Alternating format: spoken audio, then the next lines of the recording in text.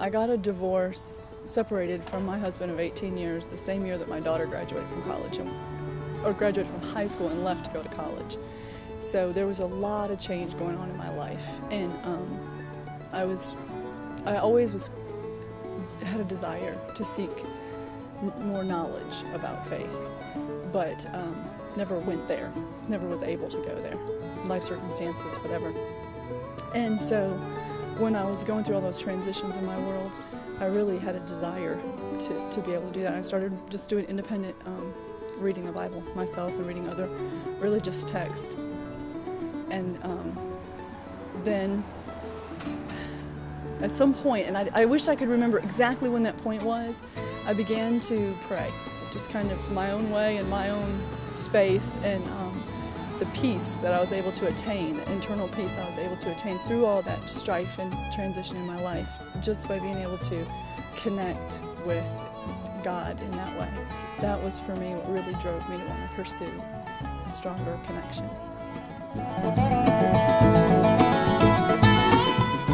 I really don't think I've been there yet. I'm sure that day will come, but I'm such a baby Christian that I just don't think I've had that moment yet.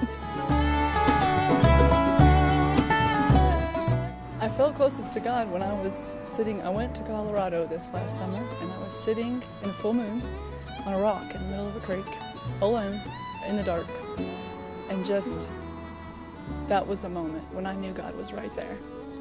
Those moments when you have that extraordinary calm, and somehow just kind of life comes together in those moments.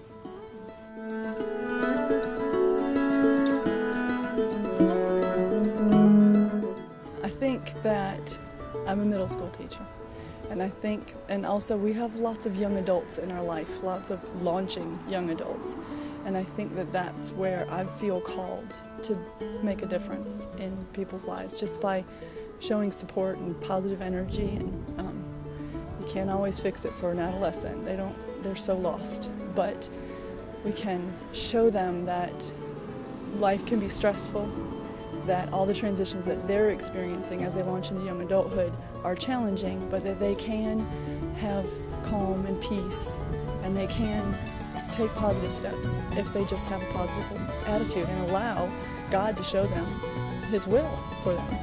I think sometimes a lot of us, all adults, I think, get wrapped up in the hurry, hurry, hurry, hurry, worry kind of thing. And if we can help these children whose lives we affect, both our own as well as the ones that I teach, to find ways of coping with that stress.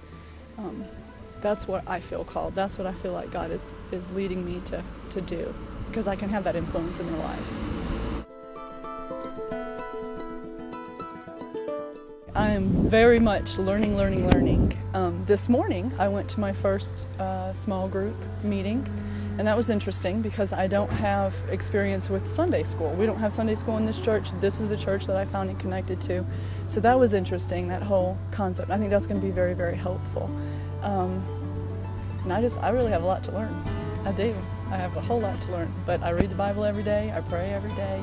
I've started to meditate, and Mandy, she talked about a book, Calling God, that she used when she went to Kenya, and I'm using that now with Cam's daughter, who's a high school senior and very stressed out. We're using that as a guide, and then we're meditating. So we're kind of thinking of it as listening for God rather than asking God for something. So those are some things that I'm currently doing that are helping, and I'm hoping that the small group thing will help build my faith as well.